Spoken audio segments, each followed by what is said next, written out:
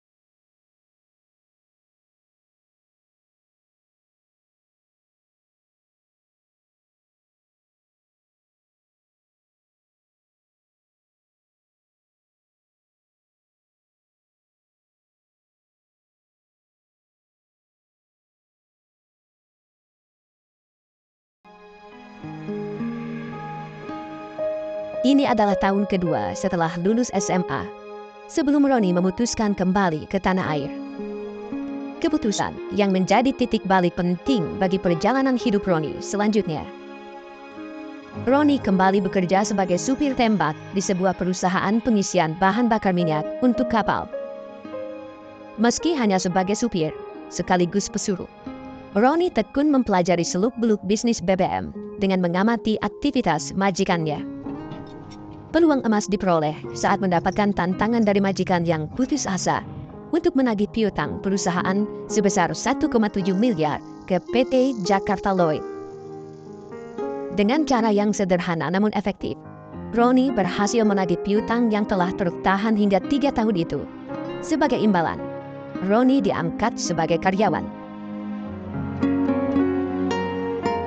Selanjutnya, kehidupan Roni bergerak cepat bagai roller coaster. Dalam waktu 3 tahun, karirnya terus meningkat hingga mendapat kepercayaan pemilik perusahaan menjadi direktur. Tahun 2001, Roni keluar dan nekat mendirikan perusahaan sendiri, menjalin kemitraan dengan pemodal. Kantornya waktu itu hanya sebuah warung kopi di bawah pohon palem, tak jauh dari kantor lama. Bisnisnya tak berjalan mulus, hingga akhirnya Roni meninggalkan kemitraan dan mendirikan perusahaan baru. Jalan kesuksesan kemudian terbuka lebar. Satu hal yang dijaga dalam bisnis adalah kejujuran. Roni tidak tergoda untuk meraup keuntungan dengan cara-cara curang.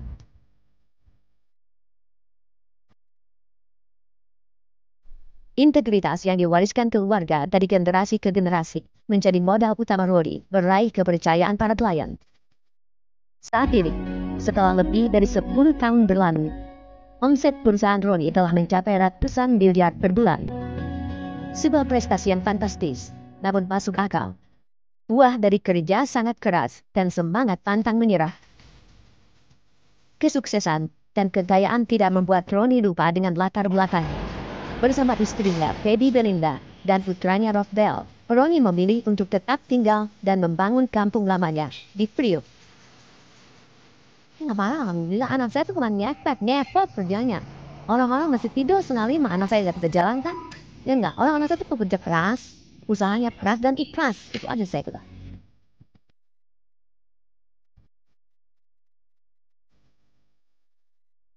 Lebih dari 1.500 orang bekerja dan mendapat nafkah dari perusahaannya.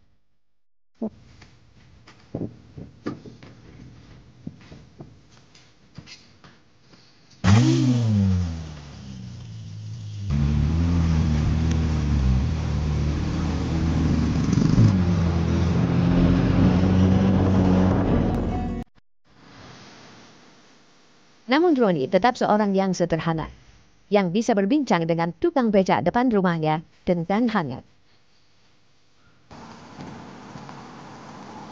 Kini, dengan semangat Jaya Wardana yang bermakna kemenangan untuk mengayomi segala golongan dan menciptakan kemakmuran dan kesejahteraan, Ahmad Sahroni ingin melangkah lebih jauh, membuktikan dirinya bagi masyarakat Tanjung Priok dan Indonesia. Ahmad Sahroni telah membuktikan dan membuat bangga orang Priok. Anak Priok bisa hebat dan menjadi inspirasi.